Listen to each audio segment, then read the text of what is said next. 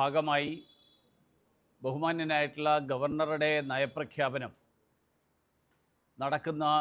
നടന്ന ദിവസം എന്നുള്ള നിലയിൽ ഗവർണർ പങ്കെടുക്കുന്ന പരിപാടികളിൽ ദേശീയ ഗീതം പൂർണ്ണമായിട്ട് ആലപിക്കുക എന്നുള്ള നിർദ്ദേശം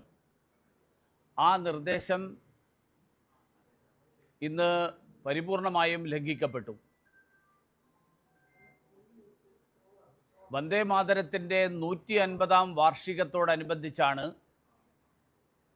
ഈ നിർദ്ദേശം കേന്ദ്ര സർക്കാർ എല്ലാ സംസ്ഥാനങ്ങളിലും രാഷ്ട്രപതി, ഉപരാഷ്ട്രപതി, ഗവർണർ എന്നീ ഭരണഘടനാപരമായിട്ടുള്ള ചുമതലകൾ വഹിക്കുന്നവർ പങ്കെടുക്കുന്ന പരിപാടികളിൽ വന്ദേ മാതരം അതിൻ്റെ പൂർണ്ണ രൂപത്തിൽ ആലപിക്കുക എന്നുള്ള തീരുമാനം പ്രഖ്യാപിക്കപ്പെട്ടത്. വാസ്തവത്തിൽ ഇന്നത്തെ കേരള നിയമസഭയുടെ ഈ നടപടി ലോക്ഭവനെയും ഗവർണറെയും അതോടൊപ്പം ദേശീയ ഗീതത്തെയും അതിനോടും അനാദരവ് കാണിക്കുന്ന നടപടിയായി. വി.ഡി. സതീശൻ സർക്കാർ മാർക്സിസ്റ്റ് പാർട്ടിയുടെയും ജമാഅത്തെ ഇസ്ലാമിയുടെയും നിർദ്ദേശങ്ങൾക്ക് വഴങ്ങിക്കൊണ്ടാണ് ഈ തരത്തിലുള്ള ഒരു നിലപാടെടുത്തത് എന്ന് വളരെ വ്യക്തമാണ്. മാർക്സിസ്റ്റ് പാർട്ടി പറയുന്നത് മതനിരപേക്ഷതയ്ക്ക് നിരക്കാത്ത പരാമർശങ്ങൾ, വരികൾ അതിലുണ്ട് എന്നാണ്. ഞാൻ ആവർത്തിച്ച് ആവശ്യപ്പെടുന്നു, മാർക്സിസ്റ്റ് പാർട്ടി വ്യക്തമാക്കണം ഏതൊക്കെ വരികളാണ് അന്യമതങ്ങളെ വ്രണപ്പെടുത്തുന്നതും മതനിരപേക്ഷതയ്ക്ക് നിരക്കാത്തതുമായിട്ടുള്ള വരികൾ ഈ വന്ദേ മാതരത്തിലുള്ളത്. 1896 വന്ദേ മാതരം കോൺഗ്രസിൻ്റെ ദേശീയ സമ്മേളനത്തിൽ, AICC സമ്മേളനത്തിൽ ആദ്യമായിട്ട് പൂർണ്ണ രൂപത്തിൽ ആലപിച്ചുകൊണ്ട് അതിന് തുടക്കം കുറിക്കപ്പെട്ടത്. അതിനുശേഷം എന്നു മുതലാണ് കോൺഗ്രസിന് വന്ദേ മാതരം മതനിരപേക്ഷതയ്ക്ക് യോജിക്കുന്നതല്ല എന്ന് തോന്നിത്തുടങ്ങിയത്? എന്തുകൊണ്ടാണ് കോൺഗ്രസ് ഇപ്പോൾ ഇങ്ങനെയൊരു നിലപാടിലേക്ക് എത്തിയിട്ടുള്ളത്? ഇതാണ് എനിക്ക് ചോദിക്കാനുള്ള ഒരു കാര്യം. രണ്ടാമത്തെ കാര്യം, ഇന്നത്തെ ബഹുമാന്യനായിട്ടുള്ള ഗവർണറുടെ നയപ്രഖ്യാപന പ്രസംഗത്തിൽ സർക്കാരിൻ്റെ നിലപാടുകൾ വിശദീകരിച്ചു.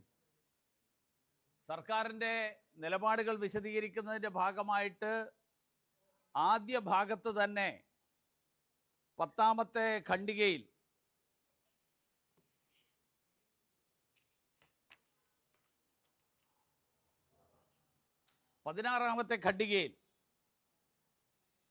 സർക്കാർ പറയുന്നത്, സംസ്ഥാനം ഇന്ന് ഗുരുതരമായ സാമ്പത്തിക വെല്ലുവിളികൾ നേരിടുകയാണ്.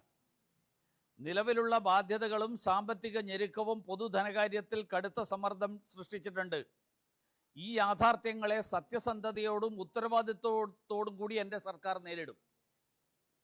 ഇത് പറഞ്ഞതിന് ശേഷം സർക്കാർ പ്രഖ്യാപിച്ചിട്ടുള്ള കാര്യങ്ങൾ, ധാരാളം പ്രഖ്യാപനങ്ങൾ നടത്തിയിട്ടുണ്ട്.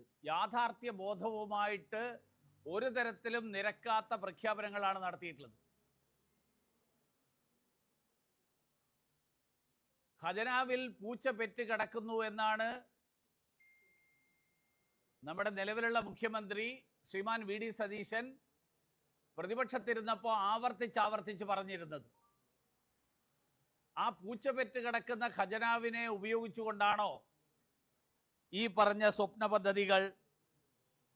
അതോടൊപ്പം കേരളത്തിലെ ഓരോ കുടുംബത്തിനും പ്രതിവർഷം 25 ലക്ഷം രൂപയുടെ ആരോഗ്യ പരിരക്ഷ, ആരോഗ്യ ഇൻഷുറൻസ് നടപ്പിലാക്കാൻ പോകുന്നത്? ഈ സർക്കാർ വയോജനങ്ങളുടെ ക്ഷേമത്തിനായിട്ട് ഒരു പ്രത്യേക വകുപ്പ് പ്രഖ്യാപിച്ചിട്ടുണ്ട്. ആ വകുപ്പിന് ആദ്യത്തെ 3 ദിവസം മന്ത്രിയില്ലായിരുന്നു, പ്രഖ്യാപനം മാത്രമേ നടന്നുള്ളൂ. അതിനുശേഷമാണ് ആ മന്ത്രി ആരായിരിക്കും എന്നുള്ളത് പറഞ്ഞിട്ടുള്ളത്. പക്ഷേ കേന്ദ്ര സർക്കാർ നരേന്ദ്രമോദിയുടെ നേതൃത്വത്തിൽ 70 വയസ്സ് കഴിഞ്ഞ ആളുകൾക്ക് സൗജന്യമായിട്ടുള്ള ചികിത്സ, മറ്റെല്ലാ മാനദണ്ഡങ്ങളും മാറ്റിവെച്ചുകൊണ്ട് സൗജന്യമായിട്ടുള്ള ചികിത്സ എന്നുള്ള പ്രഖ്യാപനം നടത്തി. അത് നടപ്പാക്കാത്ത സംസ്ഥാനമാണ് കേരളം, പിണറായി വിജയൻ്റെ നേതൃത്വത്തിൽ. ഏറ്റവും ചുരുങ്ങിയത് ഈ വയോജനക്ഷേമത്തിന് വേണ്ടിയിട്ടൊരു പ്രത്യേക വകുപ്പ് രൂപീകരിച്ച സാഹചര്യത്തിൽ ആ പദ്ധതിയെങ്കിലും കേരളം നടപ്പിലാക്കുമെന്ന് പറയാൻ ഈ നയപ്രഖ്യാപനത്തിൽ സമയം കണ്ടെത്തിയില്ല സർക്കാർ. മാത്രമല്ല,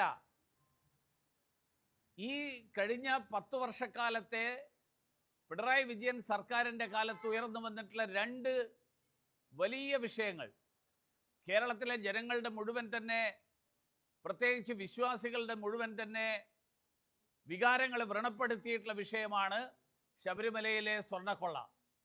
ആ സ്വർണ്ണക്കൊള്ളയുടെ വിഷയത്തിൽ സർക്കാരിൻ്റെ നിലപാടെന്താണ്? പരാമർശിക്കുന്നില്ല. കഴിഞ്ഞ 2 വർഷത്തിലേറെ കാലമായിട്ട് തുടർന്നുകൊണ്ടിരിക്കുന്ന വിഷയമാണ് മുനമ്പം.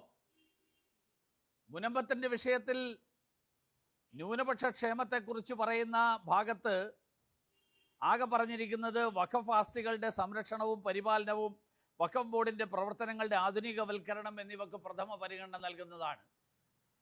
610 കുടുംബങ്ങൾക്ക് അവരുടെ സ്വന്തം ഭൂമിയിൽ അവരെ കയ്യേറ്റക്കാരായിട്ട് ചിത്രീകരിക്കപ്പെടുന്ന ഒരു സാഹചര്യം, ആ സാഹചര്യത്തിന് 10 മിനിറ്റ് കൊണ്ട് പരിഹാരം കണ്ടെത്തും എന്ന് പറഞ്ഞ മുഖ്യമന്ത്രി 10 മിനിറ്റും കഴിഞ്ഞ് 10 ദിവസവും കഴിഞ്ഞ് സർക്കാരിൻ്റെ ആദ്യത്തെ നയപ്രഖ്യാപന പ്രസംഗത്തിൽ പോലും ഇക്കാര്യത്തെക്കുറിച്ച് പരാമർശിക്കുന്നില്ലെങ്കിൽ, ഞങ്ങൾ ആദ്യം പറഞ്ഞ മുസ്ലിം ലീഗിൻ്റെ നിയന്ത്രണത്തിലുള്ള സർക്കാർ, മുഖ്യമന്ത്രി കോൺഗ്രസ്, നിയന്ത്രണം മുസ്ലിം ലീഗിൻ്റെ എന്നുള്ള സാഹചര്യം, ആ സാഹചര്യം വ്യക്തമാക്കുന്നതാണ് ഈ നയപ്രഖ്യാപനവും എന്നുള്ളതാണ്. അതുകൊണ്ട് ഒറ്റ വാക്കിൽ പറഞ്ഞാൽ യാഥാർത്ഥ്യ ബോധം തൊട്ടു തീണ്ടിയിട്ടില്ലാത്ത ഒരു നയപ്രഖ്യാപനം. സംസ്ഥാനത്തിൻ്റെ സാഹചര്യങ്ങൾ, ആ സാഹചര്യങ്ങളെക്കുറിച്ച് ധാരണയുള്ള ഒരാളും ഈ നയപ്രഖ്യാപനം, ഇതുപോലുള്ളൊരു നയപ്രഖ്യാപനം നടത്തില്ല. പകരം അവർ ആദ്യഘട്ടത്തിൽ സൂചിപ്പിച്ചിട്ടുള്ള പ്രതിസന്ധികൾ, ആ പ്രതിസന്ധികളുടെ പരിഹാര മാർഗങ്ങൾ ഈ നയപ്രഖ്യാപനത്തിൽ ഉണ്ടാകുമെന്നാണ് പ്രസംഗം തുടങ്ങിയ ആദ്യഘട്ടത്തിൽ ഈ പ്രശ്നങ്ങൾ ഉന്നയിച്ചപ്പോൾ ഞാൻ പ്രതീക്ഷിച്ചത്. നയപ്രഖ്യാപനത്തിൽ ഇതിനെയൊക്കെ പരിഹരിക്കാൻ വേണ്ടിയിട്ടുള്ള മാർഗങ്ങൾ ഈ നയപ്രഖ്യാപനത്തിൽ ഊന്നിപ്പറയും എന്നുള്ളതാണ്. അതൊന്നുമില്ലാത്ത ഈ നയപ്രഖ്യാപനം ഇത് മലർപ്പൊടിക്കാരൻ്റെ സ്വപ്നം മാത്രമാണ്.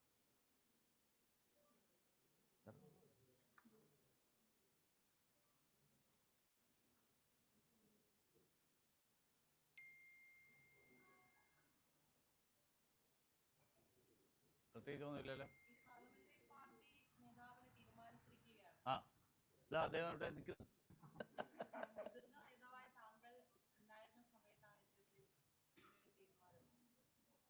മുതിർന്ന നേതാവായിട്ടുള്ളത് കൊണ്ട് ഇദ്ദേഹം മുതിർന്ന നേതാവല്ല എന്നാരാ പറഞ്ഞ്? BJP-യിൽ ഇപ്പം ഞാൻ ഇന്നലെ ഡൽഹിയിൽ ഇതേ അത് കേട്ടിട്ടുണ്ടാവും വിചാരിക്കുന്നു. ഡൽഹിയിൽ മാധ്യമപ്രവർത്തകരനോട് ഇതേ ചോദിച്ചു. ഞാൻ അവരോട് പറഞ്ഞത്, എന്നെ MP ആയിട്ടും കേന്ദ്രമന്ത്രിയായിട്ടും പ്രഖ്യാപിച്ചപ്പോൾ മുതിർന്ന നേതാക്കന്മാർ വേറെയും കേരളത്തിൽ ധാരാളം ഉണ്ടായിരുന്നു. പക്ഷേ പാർട്ടി എന്നെ കേന്ദ്രമന്ത്രിയും അതിനു മുമ്പ് MP ഒക്കെ ആയിട്ട് തീരുമാനമെടുത്തു. അതുകൊണ്ട് BJP-യിൽ ഈ മുതിർന്ന നേതാവ് ആരാണെന്നുള്ളതിന് നിങ്ങൾ കണ്ടെത്തുന്ന മാനദണ്ഡം എന്താണെന്നറിയില്ല. ഞങ്ങളെ സംബന്ധിച്ചോളം ഗോപകുമാർ ദീർഘകാലമായിട്ട് പൊതുപ്രവർത്തനത്തിൽ ഇരിക്കുന്ന ഒരാളാണ്. അദ്ദേഹം മുടി കുറച്ചത്ര എൻ്റെ അത്ര വെളുത്തിട്ടില്ല, അതുകൊണ്ട് മുതിർന്നതല്ല എന്ന് തോന്നണ്ട.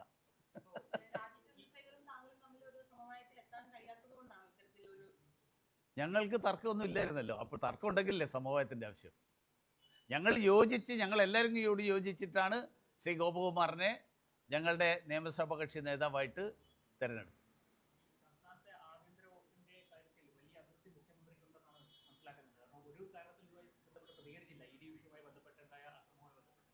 അല്ല, വാസ്തവത്തിൽ ഇന്നത്തെ ഈ പ്രസംഗം അതിനുള്ളൊരു അവസരമായിരുന്നു. അതായത് ആഭ്യന്തര വകുപ്പിൻ്റെ കാര്യങ്ങൾ വിശദീകരിച്ചിട്ടുണ്ട്, അഴിമതിക്കെതിരായിട്ടുള്ള നിലപാട് വിശദീകരിച്ചിട്ടുണ്ട്. അഴിമതിക്കെതിരായിട്ട് സർക്കാർ പറഞ്ഞത്, ഞങ്ങൾ അഴിമതിയും ദുർവ്യയവും ഭരണപരമായ കാലതാമസവും ജനവിശ്വാസത്തെ ദുർബലപ്പെടുത്തുകയും വികസനത്തെ മന്ദഗതിയിലാക്കുകയും ചെയ്യുന്നു എന്നൊക്കെ പറഞ്ഞിട്ടുണ്ട്. അങ്ങനെ ഒരു സാഹചര്യത്തിൽ കഴിഞ്ഞ സർക്കാരിൻ്റെ കാലത്ത് നടന്ന വലിയൊരു അഴിമതിയാണ് ഇപ്പോൾ എൻഫോഴ്സ്മെൻറ്റ് ഡയറക്ടറേറ്റ് അന്വേഷിച്ചുകൊണ്ടിരിക്കുന്നത്. കേന്ദ്ര സർക്കാർ ഇത്തരത്തിലുള്ള അഴിമതിയെക്കുറിച്ചിട്ടുള്ള അന്വേഷണം നടക്കുമ്പോൾ ഈ സർക്കാരിൻ്റെ നിലപാട് എന്തായിരിക്കും എന്നെങ്കിലും പറയാനുള്ളൊരു അവസരമാക്കാമായിരുന്നു എന്നുള്ളതാണ് എനിക്ക് തോന്നുന്നത്.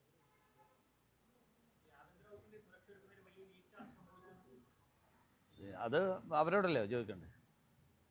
അത് മുഖ്യമന്ത്രിക്ക് അങ്ങനെ അഭിപ്രായമുണ്ടെന്ന് നിങ്ങൾ പറഞ്ഞുകൊണ്ട് കാര്യമില്ല. മുഖ്യമന്ത്രി പറഞ്ഞോട്ടെ, പറയട്ടെ. മുഖ്യമന്ത്രി പറയുമ്പോൾ നമുക്ക് ആലോചിക്കാം.